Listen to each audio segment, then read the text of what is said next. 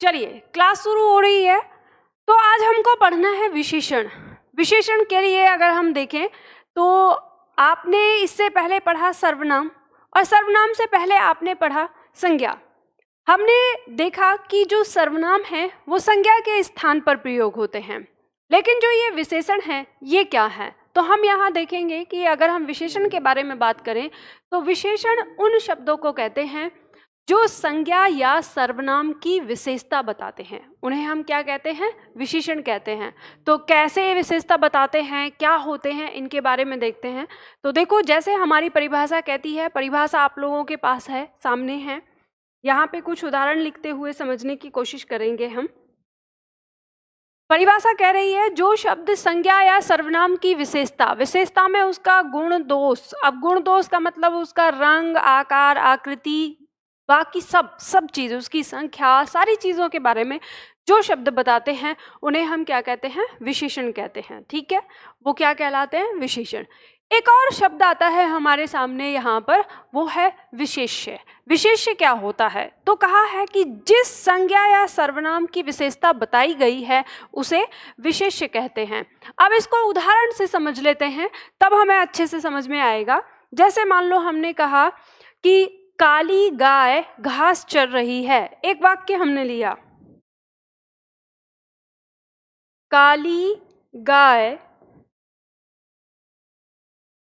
घास चर रही है। ये वाक्य हमने लिया। अब हम यहाँ पर देखते हैं कि इस वाक्य में संज्ञा है हमारी यहाँ पर गाय, और गाय की विशेषता बता रहा है ये शब्द काली। ये क्या बता रहा है गाय के लिए, गाय का रंग। ठीक है, क्या बता रहा है, गाय का रंग। तो गाय के रंग की विशेषता बता रहा है, तो इसलिए ये जो शब्द है ये क्या कहलाएगा, ये विशेषण कहलाएगा। क्या कहलाएगा, विशेषण। ठीक है, अब ये जो गाय शब्द था ये हमारी क्या है, ये संज्ञा है। तो ध्यान रखिए, जब किसी संज्ञा का विशेषण आ जाता है, ठीक है, जब किसी संज्ञा के साथ उसका विशेषण आ जाता है तो वो संज्ञा फिर संज्ञा ना कहलाकर क्या कहलाती है, विशेष्य कहलाती है। क्या कहलाती है, विशेष्य। बात को समझ गए, फिर से समझ लो, फिर से बता रही हूँ। मैंने यहाँ पे कहा कि जब किसी संज्ञा या सर्वनाम की विशेषता बताई जाती है तो जो विशेषता बताई गई है वो क्या कहलाता है, विशेषण कहलाता है। जिस संज्ञा की विशेषता बताई गई है फिर वो संज्ञा न कहलाकर क्या कहलाती है, विशेष्य कहलाती है। और परिभाषा हमारी यही कह रही है कि जिस संज्ञा या सर्वनाम की विशेषता बताई गई है उसे क्या कहते हैं, विशेष्य कहते हैं। और फिर हम इसको कहते हैं विशेषण विशेष्य या विशेष्य विशेषण का जोड़ा कहते हैं। समझ गए।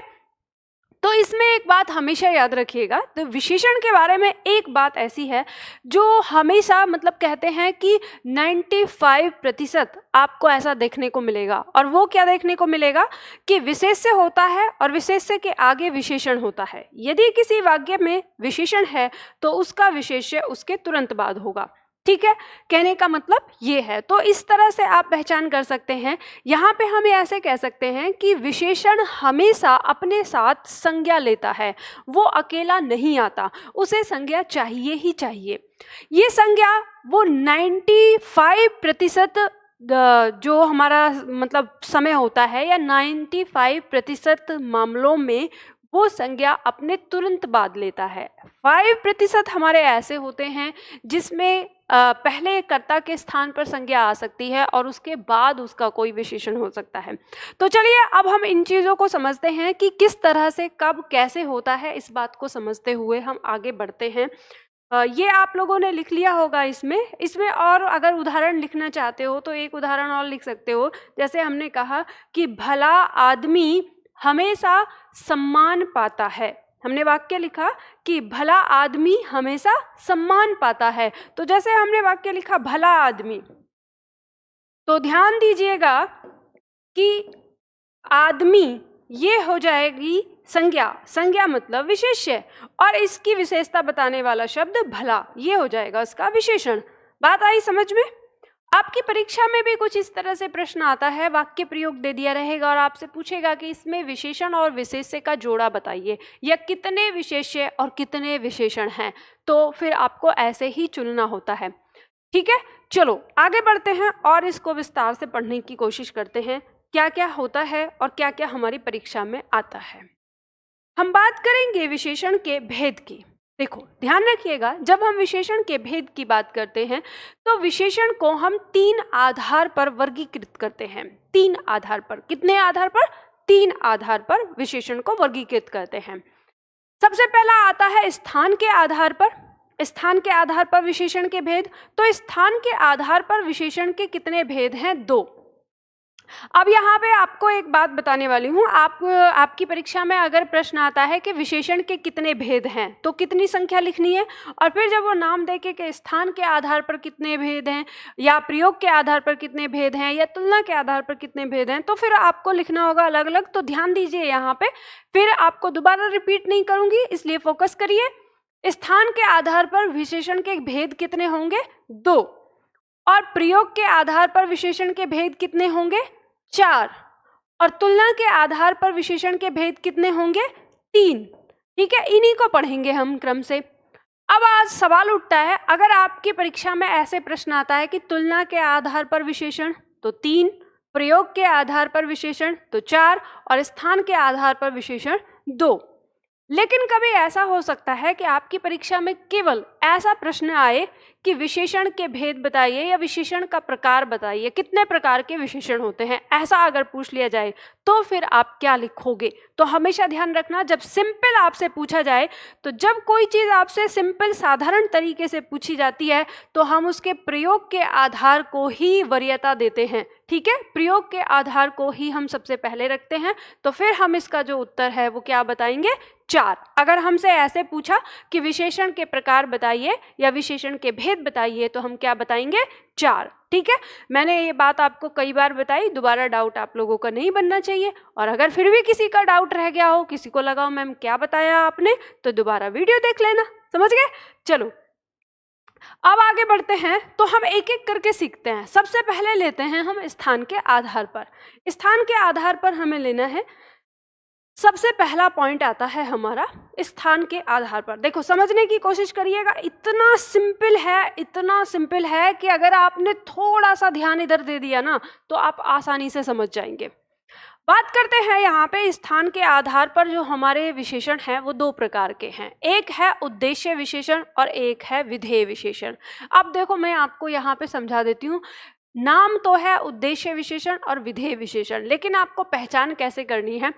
उद्देश्य विशेषण का मतलब होता है जब विशेषण पहले लगा हो। ठीक है, क्या होता है? जब विशेषण पहले लगा हो। ठीक है, अब पहले लगा हो का मतलब क्या होगा? संज्ञा से पहले यहाँ पर विशेषण आ गया और बाद में यहाँ पर संज्ञा आ गई। ठीक है, उसको तो कहेंगे हम उद्देश्य विशेषण। ठीक है, इधर ये हो गया। और विधेय विशेषण क्या होता है? जब बाद में लगा हो विशेषण, जब बाद में हो। बाद में कैसे?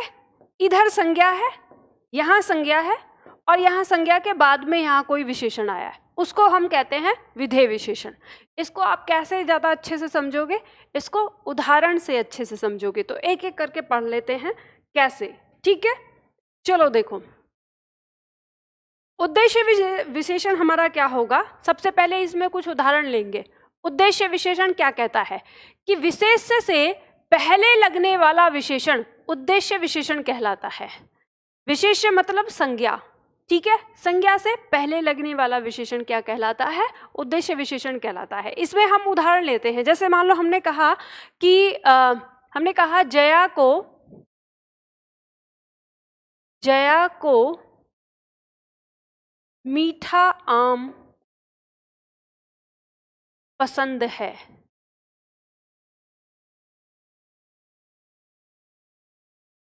एक और वाक्य लिखिए, जैसे मान लो हमने कहा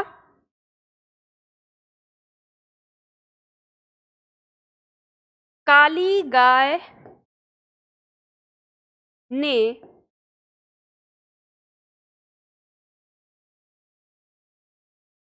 बछड़े को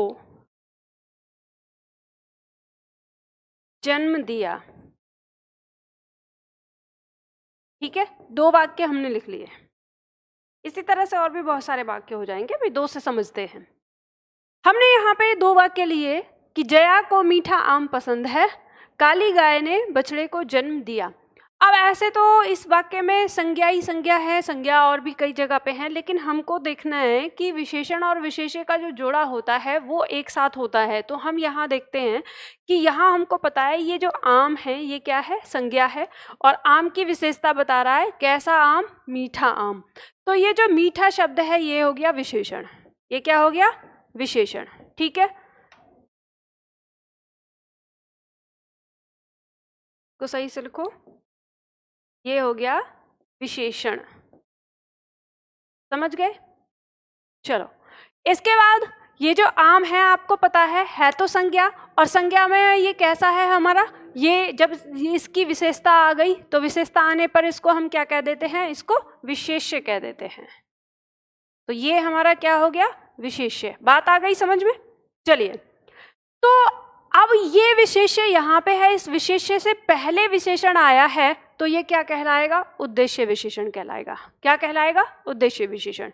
अब यहाँ पे देखेंगे काली गाय ने बछड़े को जन्म दिया, तो इसमें ये गाय यहाँ पर आ रही है और गाय से पहले यहाँ पर इसका विशेषण, तो इसमें भी ये क्या है? विशेषण है यहाँ पर। समझ गए? सिंपल।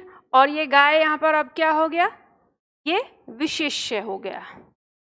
क्या हो गया? विशेष्य। तो विशेषण विशेष्य और विशेषण विशेष्य। तो विशेष्य से पहले जहां विशेषण आए, ये विशेष्य से पहले विशेषण आ रहा है, तो ये कौन सा विशेषण? उद्देश्य विशेषण। अब आपसे अगर परीक्षा में पूछेगा आसानी से बता देंगे, इसमें कहीं कोई संकट, कहीं कोई परेशानी, कहीं कोई घबराहट, बेचैनी नहीं ना? समझ में आ गया? चलो आगे बढ़ते हैं। उतार लेना, इसको उतार लीजिए। अगर लगे मेरी स्पीड तेज है तो रोक के उतार लीजिएगा। मैं आगे बढ़ूं? चलो आगे बढ़ते हैं। नंबर 2 हमारा कह रहा है, देखिए यहाँ पर ये कह रहा है विधेय विशेषण। विधेय विशेषण क्या बताया मैंने? विधेय विशेषण जो विशेषण के बाद आए वो विशेषण क्या कहलाएगा? विधेय विशेषण कहलाएगा। जैसे मान लो हम एक उदाहरण लेते हैं। हमने उदाहरण लिया, हमने कहा वह लड़का चालाक है। वह लड़का चालाक है। यह चांदी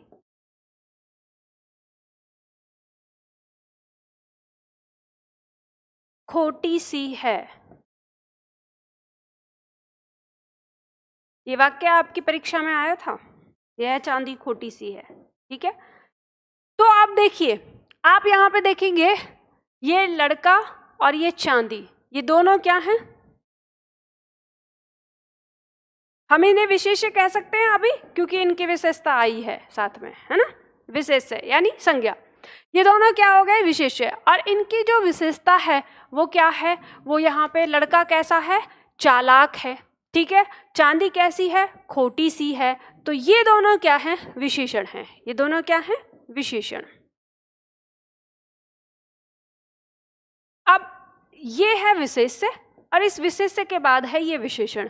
तो ये दोनों विशेषण हमारे कैसे विशेषण कहलाएंगे? विधेय विशेषण, मतलब बाद में आते हैं। समझ गए? बस इतना ही। इसको कहते हैं स्थान के आधार पर, मतलब स्थान पहले है या स्थान बाद में है। लेकिन इसके साथ ध्यान रखिएगा कि जब भी हमारा ये विधेय विशेषण आता है, इस विधेय विशेषण में अक्सर हमारी संज्ञा से पहले सर्वनाम रखा होता है। ये जैसे यहाँ वह और यह रखा है अक्सर। ठीक है, ये आपका 99% आपको ये देखने को मिलेगा। तो ये जो हमारा यहाँ पर होता है, ये वह और ये यह, तो इसको हम सार्वनामिक विशेषण भी कह देते हैं। क्या कह देते हैं? सार्वनामिक विशेषण। अब एक बात ध्यान रखिएगा, अभी तो इसको समझेंगे, ये सर्वनाम है, ये सार्वनामिक विशेषण भी कहलाता है।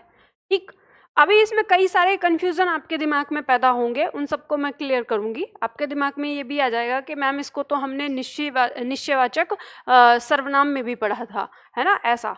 तो उन सबको अलग रखिए। अब मैं आपको यहाँ पे छोटी सी चीज़ बता रही हूँ, इसको समझिए पहले, ठीक है। कुछ चीज़ों को ध्यान से रखना है।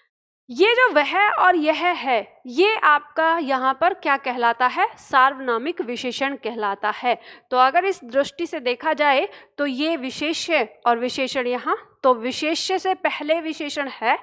तो मैंने आपको तभी कहा था कि विशेषण 95% क्या होते हैं? विशेष्य यानी संज्ञा से पहले ही लगे होते हैं। तो यहाँ पे एक विशेषण आ रहा है और एक विशेषण के बाद दूसरा विशेषण बाद में आ रहा है। तो इसलिए ये जो दूसरा विशेषण बाद में आ रहा है, ये विधेय विशेषण कहलाएगा। तो अक्सर आपको वाक्यों में 99% वाक्यों में ऐसा ही देखने को मिलेगा। तो इसीलिए कभी कभी आपने बहुत सारी किताबों में ऐसा पढ़ा होगा कि जो विशेषण होता है वो सदैव विशेष्य से आगे लगा होता है। तो बात वही है, चाहे वहाँ पे सार्वनामिक विशेषण लगा हो, चाहे कोई और लगा हो। अब ये सार्वनामिक विशेषण है क्या, कहाँ से आया, क्या चीज़ है, ये सारी चीज़ आपको तब समझ में आएगी जब आप प्रयोग के आधार पर सर्वनाम को पढ़ेंगे, ठीक है। तो फिर अभी हम इतना समझते हैं इसको, फिर बाद में जब सारा सर्वनाम पढ़ लेंगे, सारा विशेषण हम पढ़ लेंगे, तो फिर तब हमको ये चीज़ें और ज़्यादा क्लियर समझ में आएंगी, ठीक है। तो चलिए, अभी ये आप लोगों ने उतार लिया होगा, आगे बढ़ते हैं। अगला पॉइंट है हमारा यहाँ पर प्रयोग के आधार पर विशेषण। अब इसको देखेंगे, प्रयोग के आधार पर विशेषण। एक चार्ट बना हुआ है आपके सामने, इस चार्ट को देखिएगा। इस चार्ट को फिर से ना थोड़ा सा ऊपर कर लेती हूँ, पूरा यहाँ पे दिखेगा। यहाँ पे प्रयोग के आधार पर जो विशेषण हैं हमारे 4 प्रकार के होते हैं। अब देखो, परीक्षा के लिए वो जो हमने पढ़ा स्थान के आधार पर, वहां से तो हमारी परीक्षा में किस तरह का प्रश्न आता है, वाक्य दे देगा और वाक्य देने के बाद आपसे पूछेगा कि ये वाला विशेषण उद्देश्य विशेषण है या विधेय विशेषण, ठीक है। और ये भी बहुत रेयर आता है, कभी कभार, लेकिन जो हमारी परीक्षा में आता है वो यहाँ से आता है। ये इसमें कहाँ कहाँ कौन कौन सी चीज़ है, जैसे आप में से बहुत सारे छात्र जो हैं वो आरओ की तैयारी कर रहे होंगे, ठीक है। तो जो आरओ मेंस आप देते हैं, तो आरओ मेंस में यहाँ से विशेषण से बहुत सारे प्रश्न आते हैं, बहुत सारे। मेंस में भी आता है, पीटी में भी आता है, दोनों जगह 10-10 क्वेश्चंस के आपके आता है। तो वो कहाँ से आते हैं वो आपको यहाँ पर ध्यान देना है। तो सबसे पहले अगर हम प्रयोग के आधार पर विशेषण की बात करें, तो प्रयोग के आधार पर विशेषण हमारे 4 प्रकार के होंगे: गुणवाचक, संख्यावाचक, परिमाणवाचक और सार्वनामिक विशेषण। याद रखिएगा, इसकी संख्या को लेकर भी हमारे जो मतलब बुक्स हैं मार्केट में, उनमें भी बड़ा कन्फ्यूज़न है। ये जो यहाँ पे 4 प्रकार मैंने रखे हैं, ये एनसीईआरटी की बुक के अनुसार हैं। तो ध्यान रखिएगा, जब भी कभी अगर इस तरह से आए तो आपको लिखना है, मैं आपको जो यहाँ पे तथ्य बताती हूँ वो एनसीईआरटी बुक का बताती हूँ। एनसीईआरटी बुक का ही आधार मानता है आयोग। अगर कभी प्रश्न गलत होता है तो वो जो सही मानेगा वो एनसीईआरटी को मानेगा, क्योंकि वो सरकारी बुक मानी जाती हैं, समझ गए ना। तो इसलिए ध्यान दीजिएगा। इसमें भी बहुत सारे शब्द हैं अपना, कोई 5 बताता है, कोई 3 कहता है, कोई 4 कहता है, अलग अलग। क्या करते हैं, कुछ चीज़ों को एक दूसरे में लगा देते हैं, बस उसी से संख्या को घटा बढ़ा देते हैं। पॉइंट सारे वही होते हैं, ठीक है। तो चलो, तो ये 4 प्रकार के हुए। फिर इन 4 प्रकार में ये जो हमारा संख्यावाचक है, इसको 3 प्रकार में बांटा गया। यहाँ पे भी कुछ लोग इसको 2 प्रकार में बांटते हैं, कुछ लोग 3 में बांटते हैं, कुछ लोग 4 में बांटते हैं। अब बांटते क्या है, नीचे के जो शब्द हैं उनको ऊपर नीचे कर देते हैं बस। तो आपको यहाँ पे थोड़ा समझना है कि हमें सिर्फ नाम पे फोकस रखना है, क्योंकि हमसे विशेषण उस तरह से पूछा जाता है। तो ये 3 प्रकार के हो गए: निश्चित संख्यावाचक, अनिश्चित संख्यावाचक और अपूर्णांक संख्यावाचक, ठीक है। ये 3 प्रकार के। अब ये जो हमारा निश्चित संख्यावाचक है, ये हमारा 5 प्रकार का होता है। कौन सा? गणनावाचक, क्रमवाचक, आवृत्तिवाचक, समुदायवाचक और प्रत्येकवाचक, ठीक है।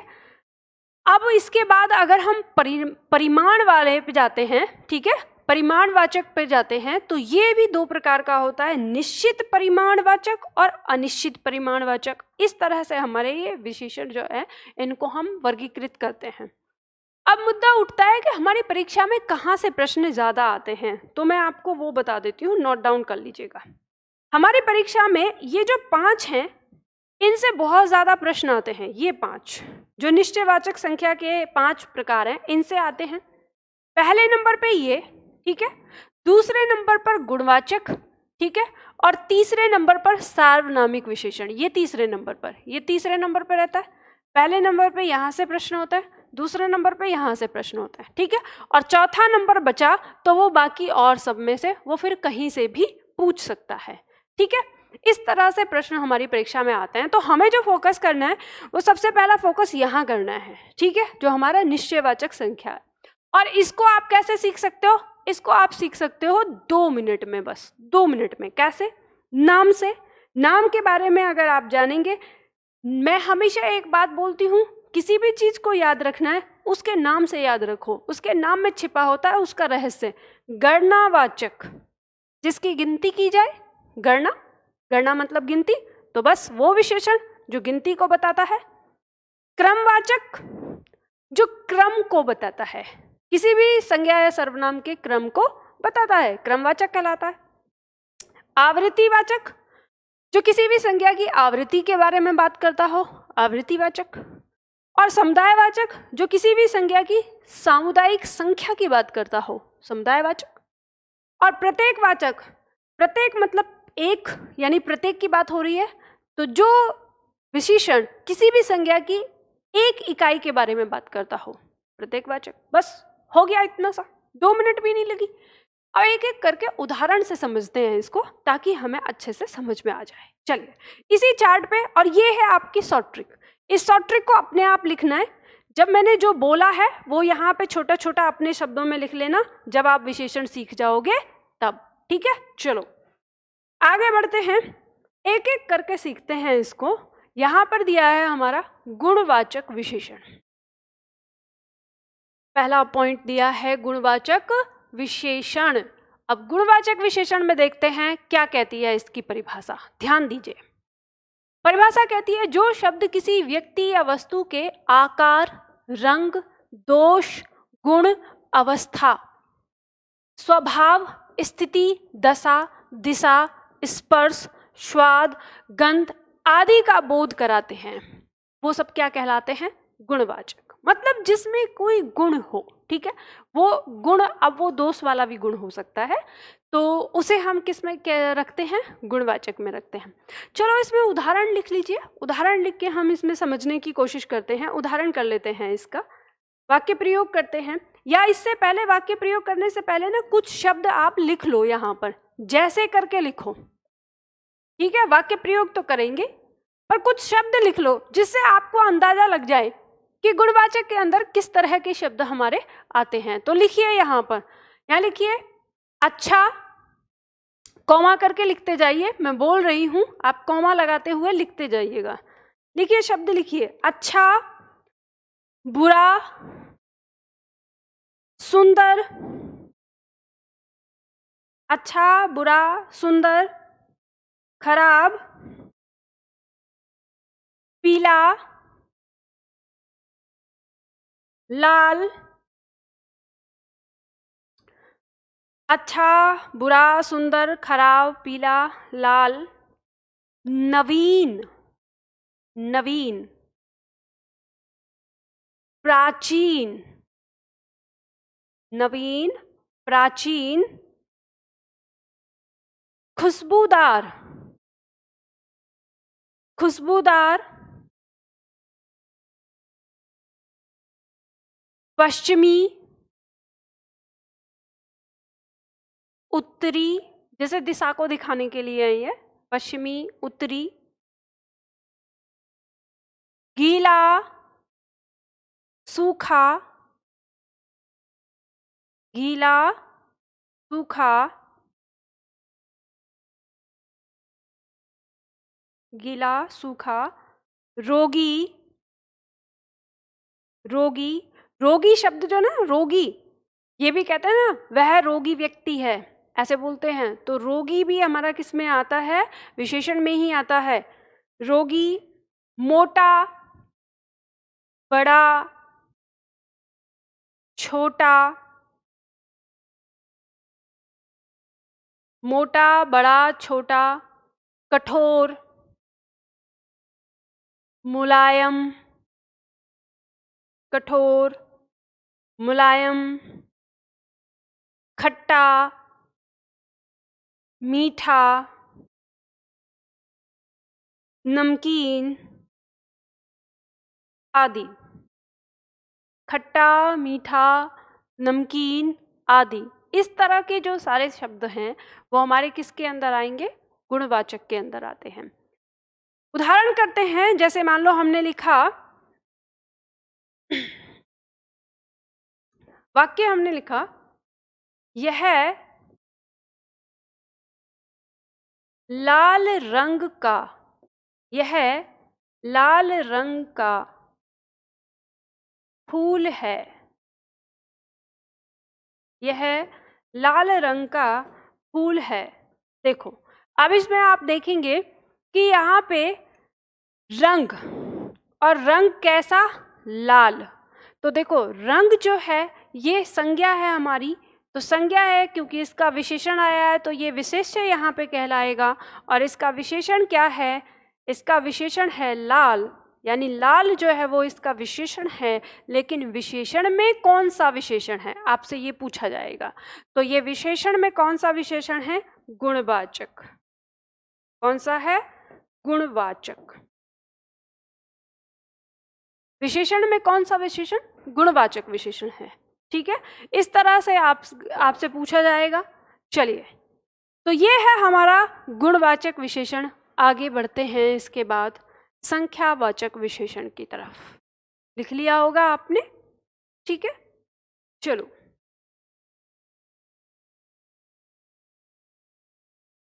संख्यावाचक विशेषण। संख्यावाचक विशेषण देखिए, ध्यान दीजिए यहाँ पर।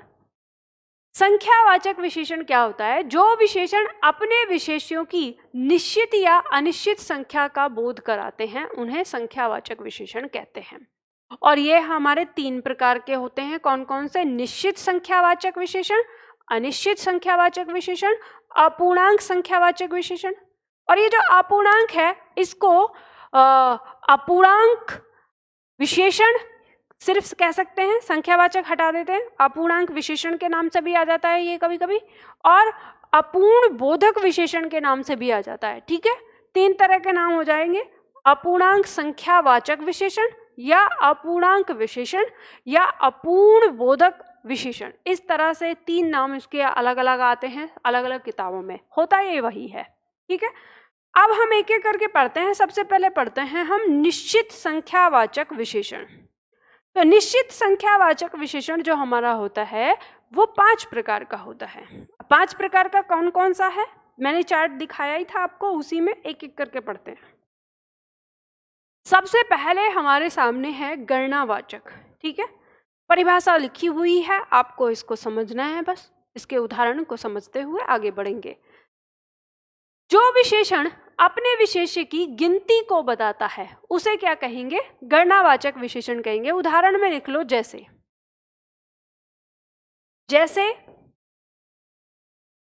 1, 2,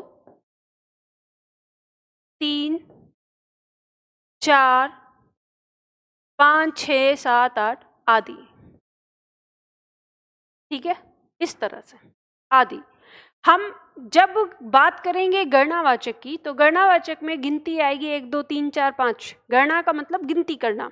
ठीक है, तो ये गणनावाचक कहलाएगा। और इसको हम कैसे देखेंगे? किसी वाक्य में, तो वाक्य प्रयोग करके देख लेते हैं। हमने कहा वाक्य प्रयोग में 4 बच्चे मैदान में खेल रहे हैं। 4 बच्चे मैदान में खेल रहे हैं। ठीक है, ये वाक्य हमने यहाँ पर लिख लिया। अब हम यहाँ देखते हैं, हम पाते हैं यहाँ पर कि बच्चे और बच्चे से पहले यहाँ पे संख्या आई है 4, तो ये बच्चे हमारा संज्ञा है, इसकी विशेषता बताइए। संख्या, इन बच्चों की संख्या कितनी है? 4 है। गिनती कितनी है? 4 है। तो ये हमारा कहलाएगा गणनावाचक। ठीक है, क्या हो जाएगा? गणनावाचक संख्यावाचक विशेषण है हमारा। तो गणनावाचक सीधा बोल दिया जाता है परीक्षा के दृष्टिकोण से, गणनावाचक विशेषण ऐसे कह देते हैं। ठीक है, और ये बच्चे हमारा क्या हो गया? ये विशेष्य हो गया, तो लिख लीजिएगा, ये क्या हो गया? विशेष्य हो गया, ये गणनावाचक विशेषण हो गया। ठीक है,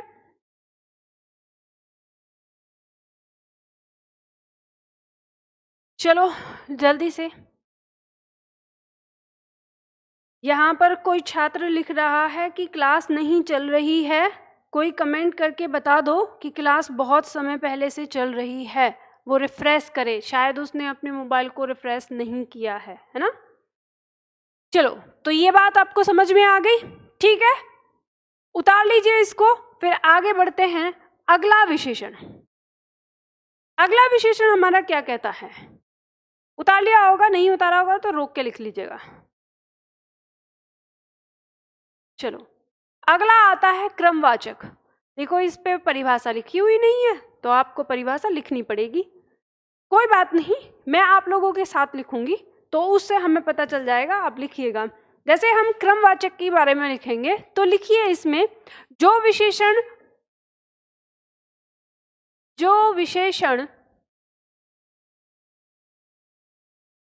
अपने विशेष्य की, जो विशेषण अपने विशेष्य की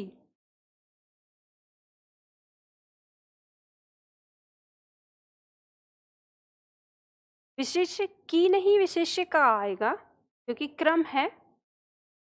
अपने विशेष्य का क्रम बताता है,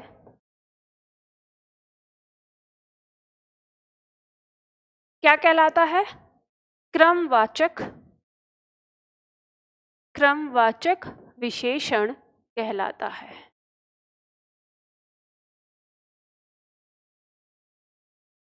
कहलाता है।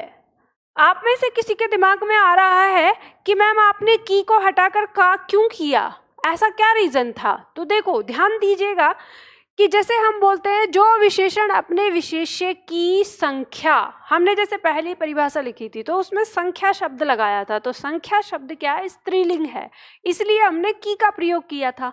लेकिन यहाँ पे हम क्या ले रहे हैं? क्रम। क्रम शब्द जो है वो पुल्लिंग है, तो पुल्लिंग के लिए हमें का प्रयोग करना पड़ता है, इसलिए हमने की हटाकर का लगाया है। समझ गए ना?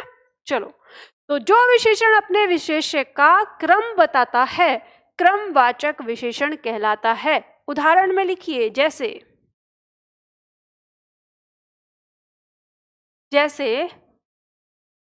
पहला। अब देखो, पहला पुल्लिंग है तो इसका स्त्रीलिंग पहली, ये भी हो जाएगा। ठीक है, दूसरा, तो दूसरा का दूसरी हो जाएगा। ठीक है, तीसरा,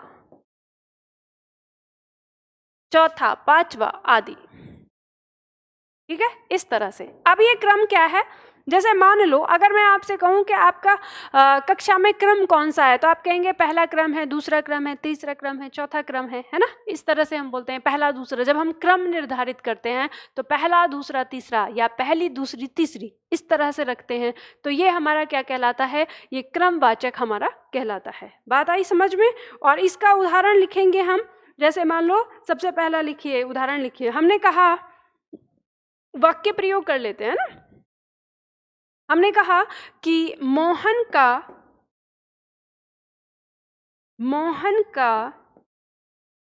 कक्षा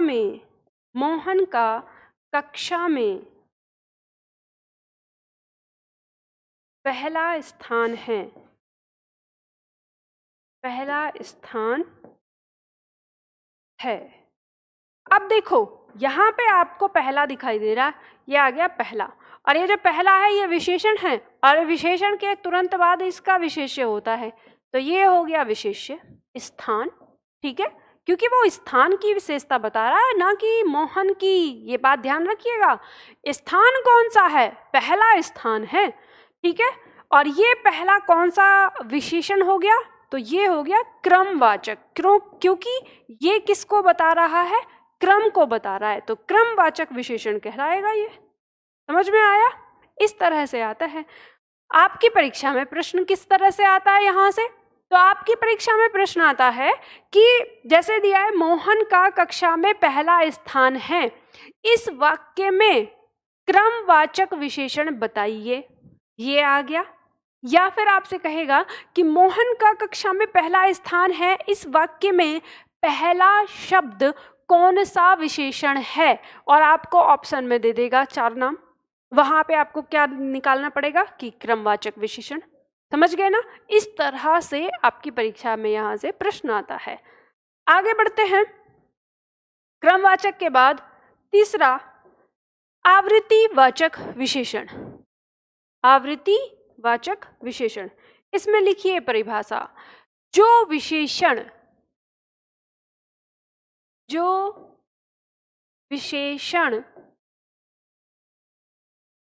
अपने विशेष्य, अब आप इसको विशेष्य लिखें या आपको इसे संज्ञा भी लिख सकते हैं, ठीक है। जो विशेषण अपने विशेष्य की इकाई की,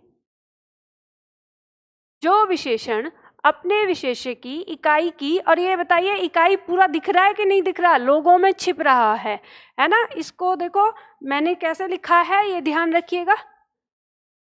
इधर लिख देती हूं। बड़ी की मात्रा है, इकाई की आवृत्ति को बताता है। आवृत्तिवाचक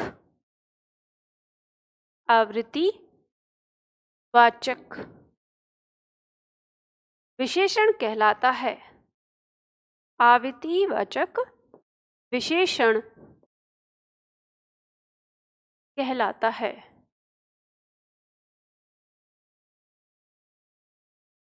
स्मार्ट बोर्ड पर मेरा राइटिंग खराब हो गया, वरना मेरा राइटिंग बहुत अच्छा था।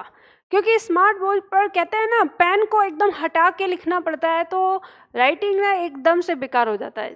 राइटिंग तब अच्छा आता है जब हम अपने हाथ को टिका कर लिखते हैं किसी चीज़ पर, तो राइटिंग बहुत सुंदर आती है। लेकिन स्मार्ट बोर्ड पे लिखने में ना एकदम से राइटिंग खराब हो गई है, क्योंकि पेन को ऊपर से लगा के लिखना पड़ता है। तो आप लोग ध्यान रखा करिए, जब आप लोग लिखते हो तो आप लोग भी ना सही जो वर्ण हैं उनको सही बनाया करिए। 1-2 स्टूडेंट ने मुझसे पूछा था कि मैम लिखावट में जैसे वर्ण हमसे गलत बनते हैं, उनका भी तरीका बता दीजिएगा। तो मैं कभी मौका लगेगा तो किसी क्लास में आप लोगों को बताऊंगी कि वर्णों को कैसे सावधानी से बनाना चाहिए, किस तरह से, है ना। तो वो सीखना है आपको, क्योंकि आप लोग तो स्मार्ट बोर्ड पे नहीं लिखते, कॉपी पेन पे लिखते हैं, तो वहाँ आप अच्छे से बना सकते हैं। और यहाँ पे तो क्या होता है कि आप ये समझिए कि स्मार्ट बोर्ड और पेन 2 सेकंड की दूरी रखी होती है उस तरह से, तो इसलिए बहुत सारे शब्द ना वर्ण जो हैं आगे पीछे हो जाते हैं। चलिए, तो ये आप लोगों ने लिखा। जो विशेषण अपने विशेष्य की इकाई की आवृत्ति को बताता है, आवृत्तिवाचक विशेषण कहलाता है। उदाहरण के तौर पर लिखिए, जैसे हम लिखते हैं तो लिखिए, जैसे 2 गुना, 3 गुना, 4 गुना आदि। गुना, जब हम किसी भी शब्द के साथ या कहें संख्यात्मक शब्द के साथ जब हम गुना लगा देते हैं, 2, 3, 4 के साथ हम गुना लगा देते हैं, तो वो आवृत्तिवाचक को दर्शाता है। आप इस बात को हमेशा से ध्यान रखिएगा कि जहाँ पे गुना लगा दिया वो किसको दर्शा रहा है? आवृत्ति को दर्शा रहा है, ठीक है। इसमें हम उदाहरण देखते हैं।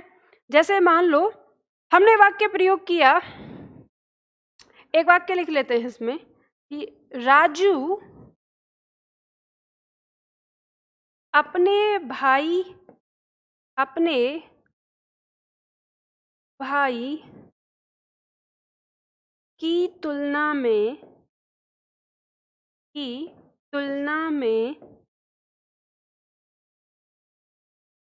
दो गुनी मेहनत करता है।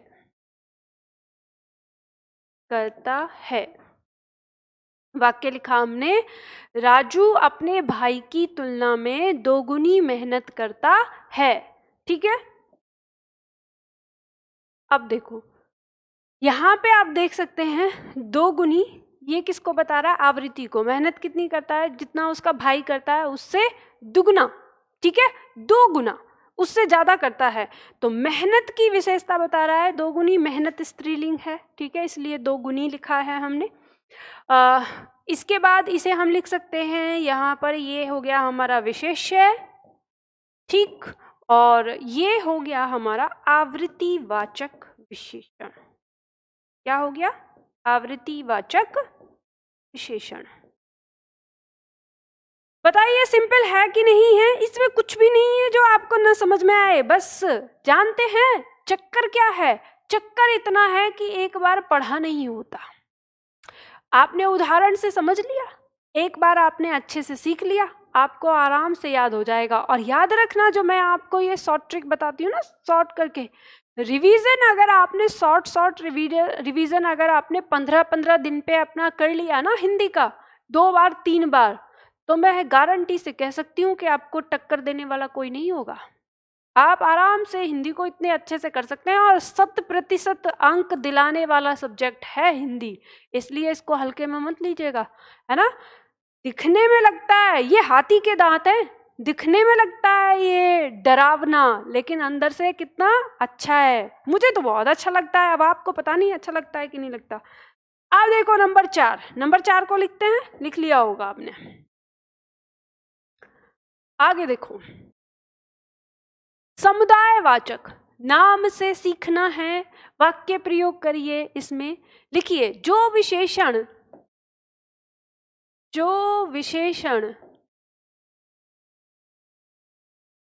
अपने विशेष्य की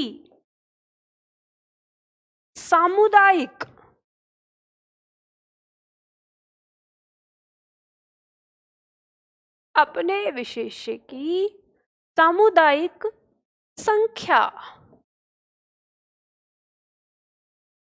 को बताता है।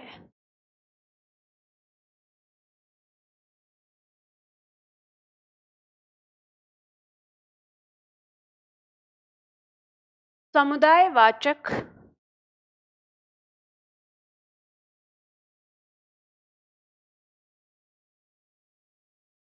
विशेषण कहलाता है।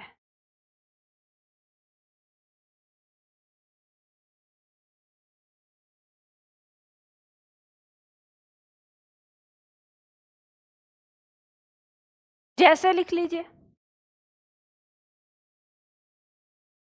जैसे दोनों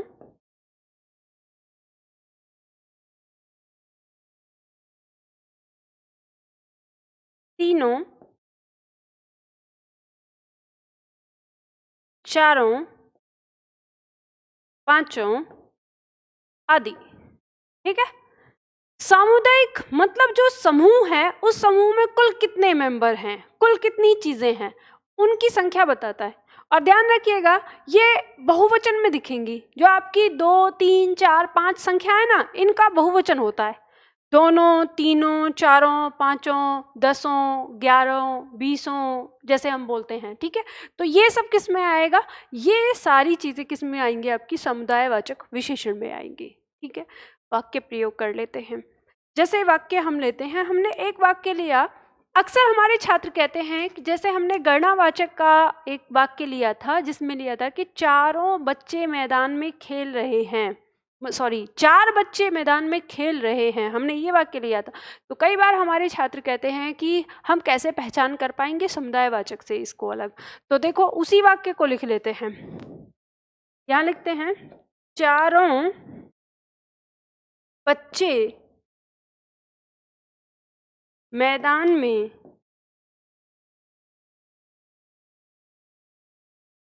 खेल रहे हैं।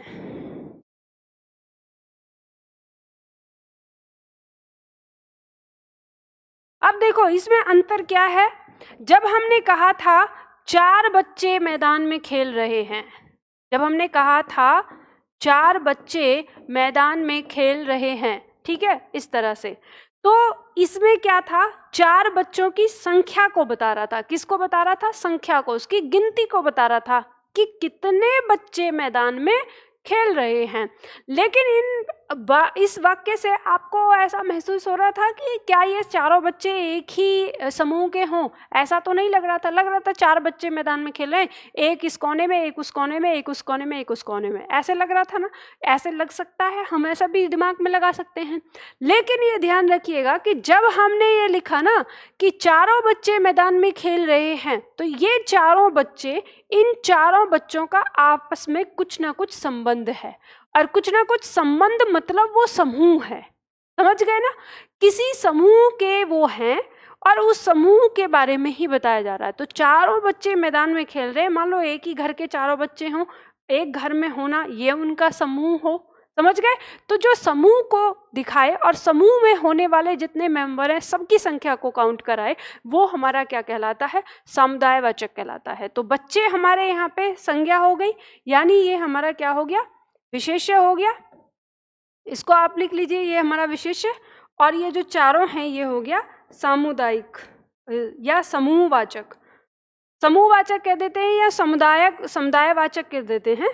समुदायवाचक दोनों नाम है इसका, ध्यान रखिएगा। समूहवाचक भी लिखा जाता है इसके लिए, समुदायवाचक भी लिखा जाता है, दोनों नाम है इसके, दोनों। ठीक है, समूहवाचक या समुदायवाचक विशेषण। ठीक, इस तरह से आगे बढ़ते हैं। मिटा देती हूँ इसको, लिख लिया होगा आपने। नंबर 5, प्रत्येकवाचक विशेषण। प्रत्येकवाचक विशेषण हमारा क्या कहता है? देखो, जो विशेषण अपने विशेष्य की हरेक, यानी हरेक संख्या को बताता हो, हरेक इकाई को बताता हो, वो हमारा कहलाएगा। लिखिए इसमें, जो विशेषण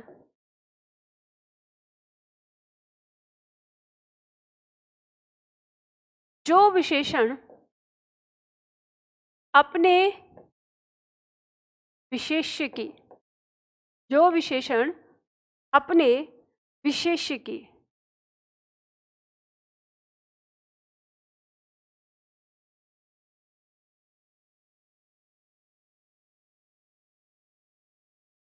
हर एक इकाई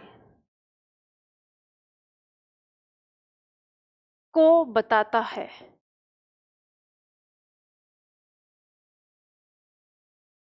प्रत्येकवाचक, प्रत्येकवाचक विशेषण कहलाता है। लिख लो, प्रत्येकवाचक विशेषण कहलाता है। जैसे लिख लो इसमें, जैसे हम लिखते हैं, शब्द आ जाएगा प्रत्येक। देखो, प्रति प्लस एक से मिलके बना है प्रत्येक, ठीक है, ये शब्द आ जाएगा। जैसे हर एक या हर एक, अगर अलग अलग लिखा होगा तो ऐसे, ठीक है। उस तरह से हर दो,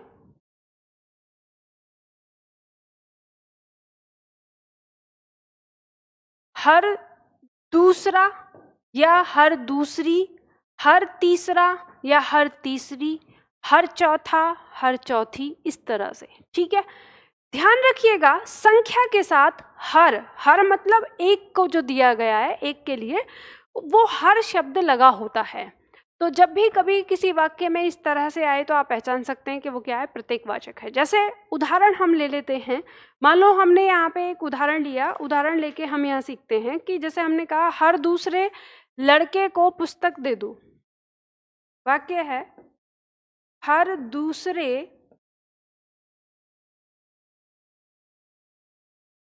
लड़के को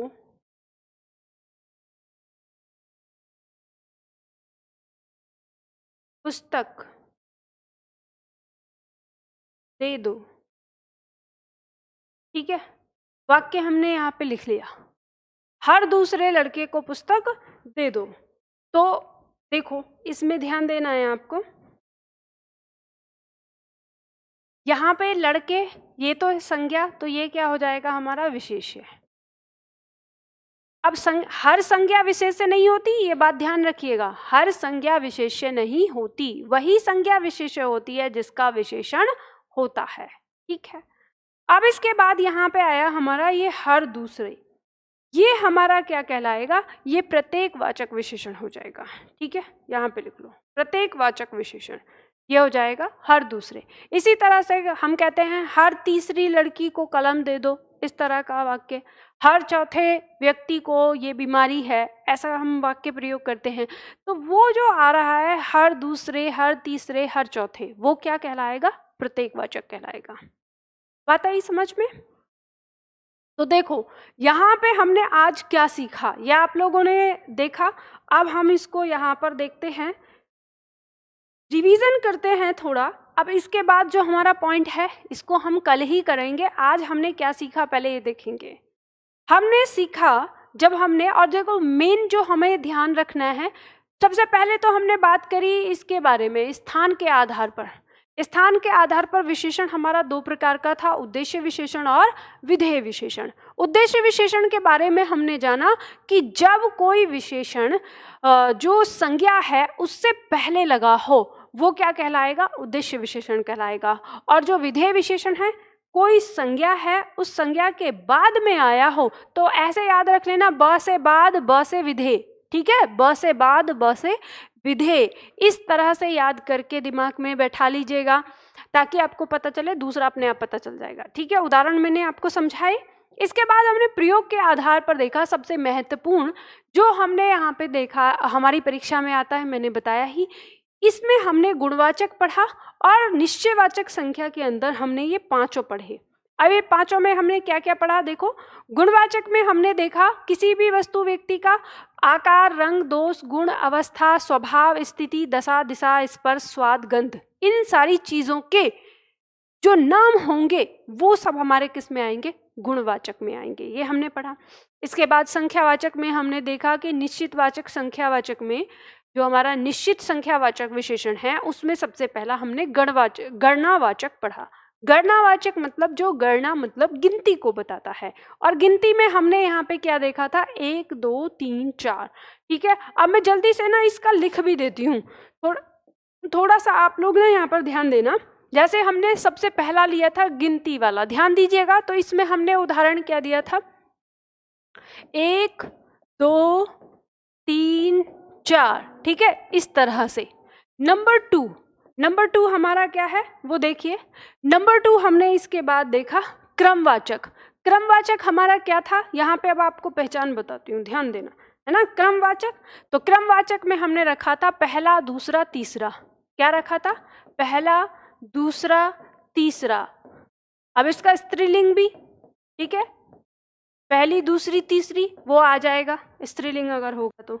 फिर इसके बाद हमने तीसरे नंबर पर देखा हमने आवृत्तिवाचक। आवृत्ति में क्या था, जो गुना शब्द लगा के दिखाए। क्या दिखाए, गुना शब्द। तो तीसरा था आवृत्तिवाचक, जिसमें हमने कहा 2 गुना, 3 गुना, 2 गुना, 3 गुना, 4 गुना। ठीक है, इस तरह से यह हमारा लगा था।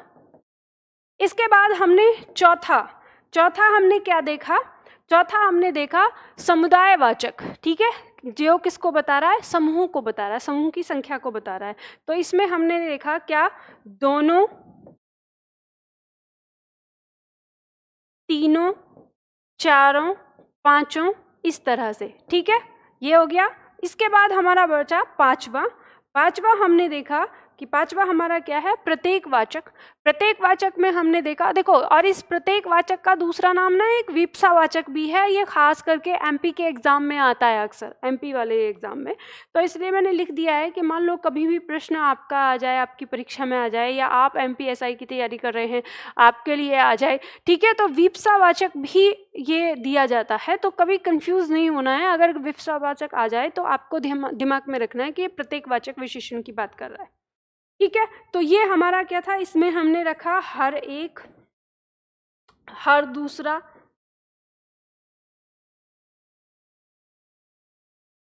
हर दूसरा, हर तीसरा। ठीक है, इस तरह से। अब देखो इन चारों में आपको क्या, इन पांचों में ये गिनती को बता रहा है, 1 2 3 4। जब हम किसी की गिनती करते हैं तो ये क्या हो गया, गणनावाचक। ये दूसरा, पहला, दूसरा, तीसरा, चौथा है, किसको बता रहा है, क्रम को। जब हम कहते हैं पहले स्थान पर, दूसरे स्थान पर, तीसरे पे, तो पहले, दूसरे, तीसरे, पहला, दूसरा, तीसरा, पहली, दूसरी, तीसरी। ठीक है, जैसे हमारे बदलते हैं ना हमारे कारक के आधार पर, वो सारे आ जाएंगे। तो आपको दिमाग में क्या रखना है, जो क्रम को बता रहा है वो हमारा किस में आएगा, क्रमवाचक में। ऐसे ही 2 गुना, 3 गुना। कई बार छात्र पूछते हैं मैम 1 गुना नहीं हो सकता, तो बेटा इसमें ध्यान रखिएगा 1 गुना होता ही नहीं है। 1 होगा, तब उसके बाद जब दूसरा डबल होगा तो वो 2 गुना होगा। तो शुरुआत जो हमारे गुने से शुरू होती है वो 2 गुने से शुरू होती है ना, तो इसलिए 1 गुना नहीं होता। तो 2 गुना, 3 गुना, 4 गुना ऐसे होगा। उसके बाद जब हम बात करेंगे यहाँ पर दोनों, तीनों, चारों, तो यहाँ पे भी बच्चे पूछते हैं इसमें पहला नहीं रखेंगे। तो ध्यान रखिए कि पहला क्यों रखेंगे, क्योंकि एक तो अपने आप में एक वचन ही है, तो एक का तो कोई समूह ही नहीं बनता। तो समूह के लिए कम से कम 2 लोगों का होना जरूरी है, इसलिए ये दोनों, तीनों रहता है। और ये क्या है, हमारा समूह को दिखाएगा, समूहवाचक। और हर एक, हर दूसरा, हर तीसरा। अब इसमें क्या, देखो हर दूसरे का मतलब क्या होगा, हम दोनों को एक मान के चलेंगे कि हर दूसरा इन दोनों को एक। हर तीसरा होगा तो 3 लोगों को हम 1 इकाई मान के चलेंगे। मान लो जैसे अगर मैं आपसे कहती हूँ कि क्लास में अगर 30 छात्र हैं और मैं बोलती हूँ कि हर तीसरे छात्र को पुस्तक दे दो, तो कुल कितनी पुस्तक बांटोगे आप, तो 10 पुस्तक बांटोगे, क्योंकि आप 3 छात्र को 1 मान के चलोगे कि 3 छात्र 1। तो वो यही आता है कि हर एक, हर दूसरा, हर तीसरा, हर चौथा, वो उतनी संख्या को 1 मान के चलता है। तो इसी बात को कहा गया है 1 इकाई। समझ गए? तो ये चीज़ आपको समझ में आ गई होगी, और ये आसानी से, जब आपने शॉर्ट ट्रिक समझ लिया तो आसानी से इस बात को समझ सकते हैं। अब अगला हमारा है अनिश्चित संख्यावाचक विशेषण, और इसको करेंगे हम कल की क्लास में। तो आज हम इतना ही करते हैं, क्योंकि आज हमारी क्लास काफ़ी डिस्टर्ब हो गई थी शुरुआत में। तो आज हमको इतना ही करना है, फिर इसके बाद हम करेंगे कल की क्लास में। तो चलिए फिर इतना ही करते हैं, मिलते हैं अगली क्लास में।